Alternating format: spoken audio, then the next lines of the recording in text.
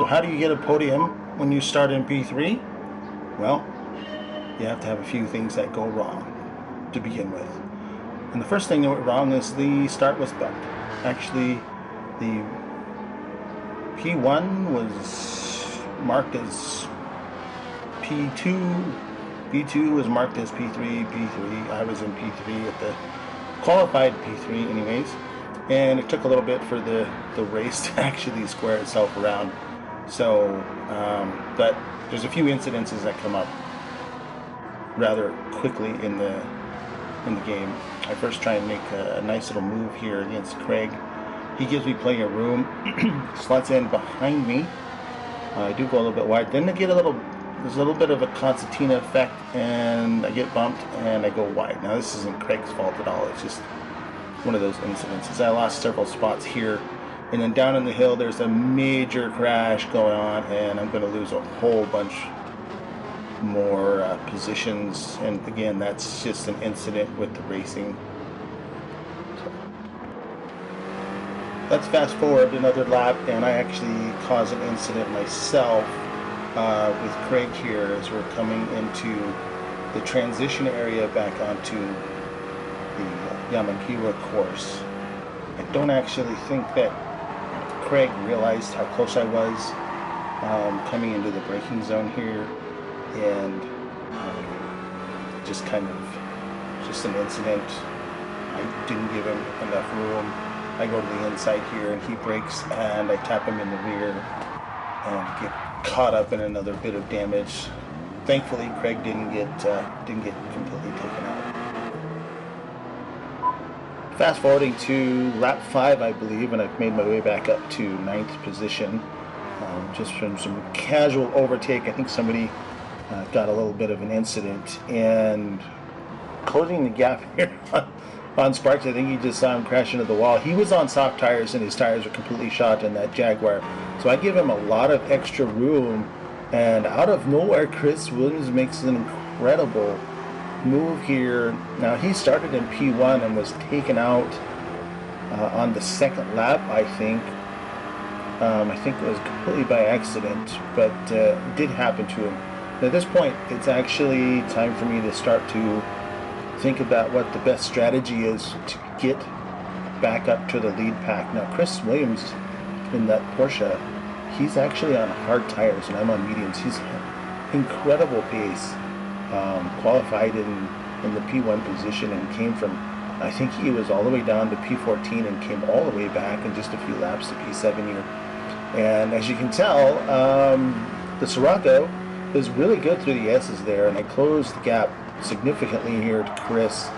And I don't want to cause any incidences because that's not going to help us get to the podium position that we would like to be at. So I just give plenty of room, some space. The idea was also to use an opportunity here to save fuel.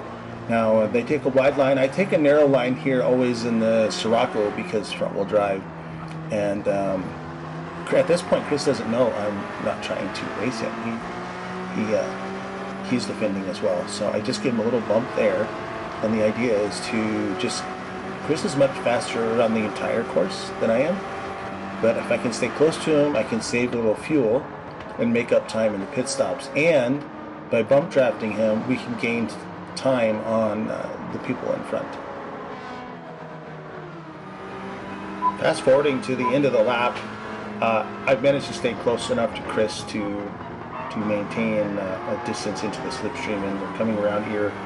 And it's important to note that not everywhere is it's not good or safe or anything like that to bump draft somebody. Now, I noticed that there was a car in front of Chris. I backed off a little bit early as I closed in, and of course with the slipstream in lobbies it does give you a little bit of aero wash, so I ended up going a little bit wide. But again, the quickness of the Sirocco brings me right up behind Chris through the S's here, and here's an opportunity where I can safely bump draft him because I'm close enough. So I give him a little bump draft. You don't want to do it too late. Like, you don't want to do it at the 150 board or the 100 board because that's way too late and could cause the person to go wide. So it's best to just pick your spots and be selective. And we were able to close up to the next person in line here. And again, I'm backing off early because I don't want to get in an incident. I do have to keep a tight line in the Sirocco there so I can straighten the wheel on exit, and then continue to keep at least within slipstream distance of Chris here in front of me.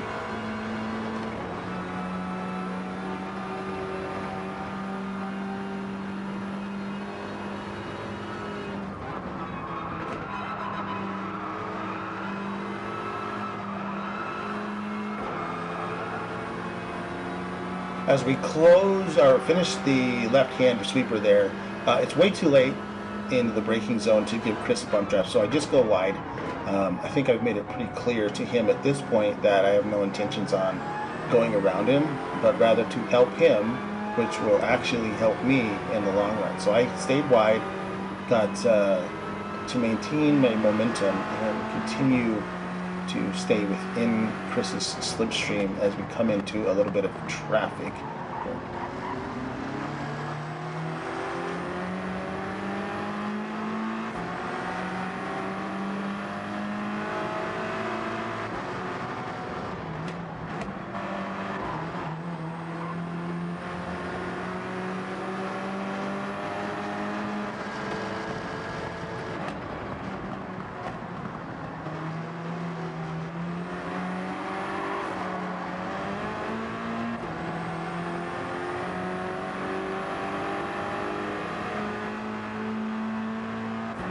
Well, the traffic is going to play a little bit of a role in causing this bit of a gap here, but once again, the Sirocco is actually very good here in this corner. You see there was plenty of space given there by, I think that's Sniper Hunter, and to let faster drivers by, and kudos to Sniper for being a great sportsman there. It's when you're racing, it's really difficult sometimes to just concede positions, and I was able to actually go around him, and he let me go around too.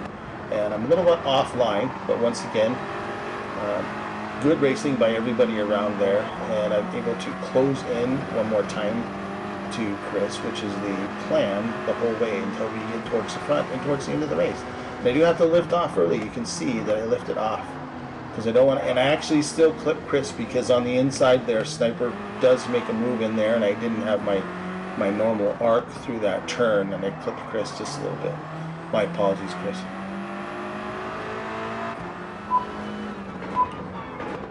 After a round of pit stops, I'm actually dropped back down into P11. Now, this is just a normal part of racing, of course, where you have pit stops, and the situation is people that you've passed before, if you have to pit before them, will likely come around and pass you again. And what you're hoping to do is be able to maintain the pace that you had previously, so that when the pit cycles through for everybody else, you're back into the position that you were before you pitted. And that's the plan here.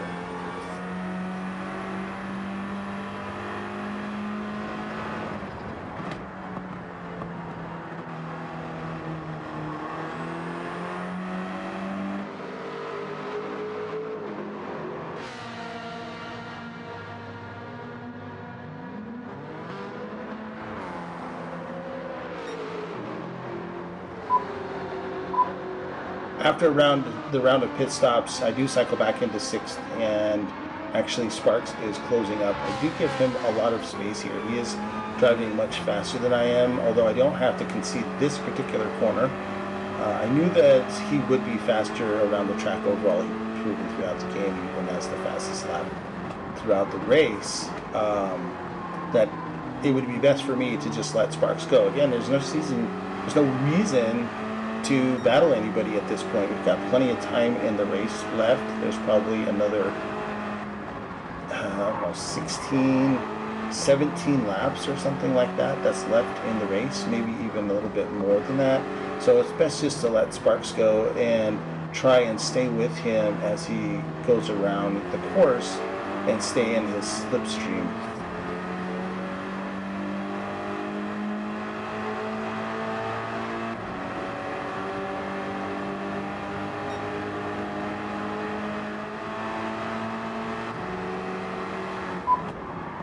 Jumping ahead to lap 24 from lap 15, through saving fuel by following and bump drafting other drivers the entire time, actually, and making up time in the pit stops because of the fuel saved by just following along, I have made it up into the P3 position. And again, Sparks is behind me here. He's going to be faster. He was faster the entire time. And there's no reason to battle a faster driver in an endurance race, because it's just going to slow you down, it's going to slow them down. The potential for an incident is higher, and I pretty much do the same thing as I did in other parts of the track, is I give plenty of room and let the faster driver go by me so I can continue to race cleanly and quickly versus aggressively and slowly. Now this is a different part of the track where I'm actually able to bump draft Sparks cleanly, and as we come towards the intersection between the two tracks, you can bump draft here, but you don't want to do it as they start going down the hill, because that's probably going to push whoever you bumped way beyond their braking point and cause a situation. And it's ideally, you don't want to be causing any more problems. You only want to be improving your position overall. So bumping Sparks just before the downhill section still allows him to get on the brakes in time to make the turn, keeps me from having to brake wide or late or avoid any kind of incidents, and allows us to both race at the best possible pace versus a compromised one by making bad judgment calls into areas where bump drafting can be risky. So make sure that you just bump draft cleanly and think about what's coming next before you just go bumping into people to increase your speed.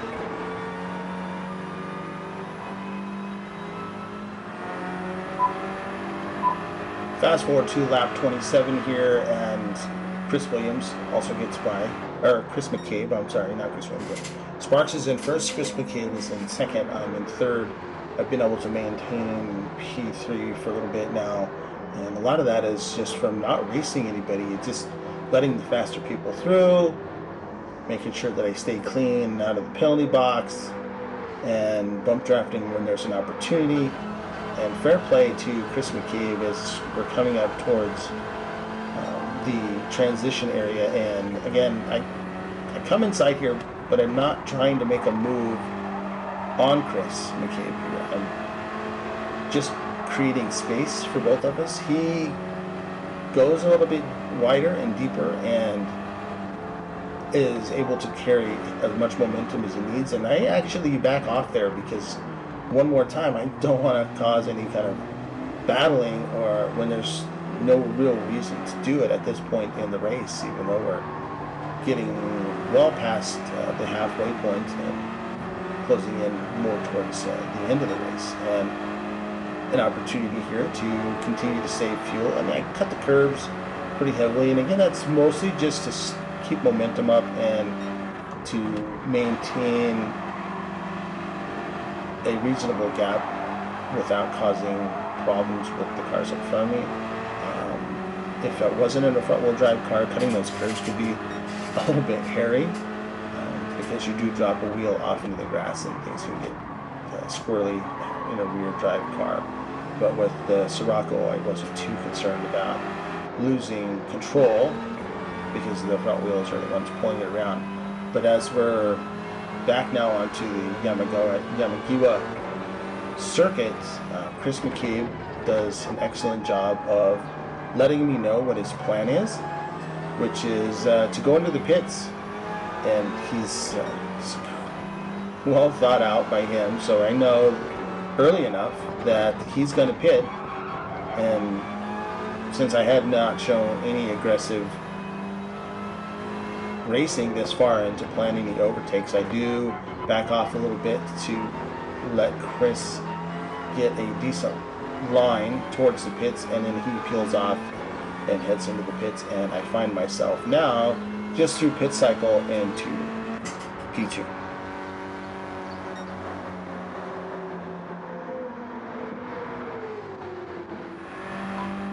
Over the last 20 odd laps, all I did was maintain my pace and slipstream when I had an opportunity to save fuel. Bump drafting wasn't really a thing over the previous 20 laps. I did race behind Case and the 458 for quite a few laps actually, and all I did there was try to save fuel. And this is the final lap of the race, and you can see for whatever reason, I don't know if it's because I hit the wall one time and it broke the lens on the right hand side headlight, but it's white and the other is yellow, which is kind of a neat feature if it's on purpose. If it's not on purpose, it's a screwy bug. But I will kind of wrap up here by saying that in order to get P3 after a big incident that I dropped all the way down to P12, I did this by bump drafting when I had an opportunity, not racing faster people at all, saving fuel as much as possible by staying in the slipstream of drivers in front of me, and reducing the amount of time that I had to spend in the pits with refueling the car. And that is one way to earn a podium position without racing anyone. And I'm going to sign off and let you enjoy the last part of the lap.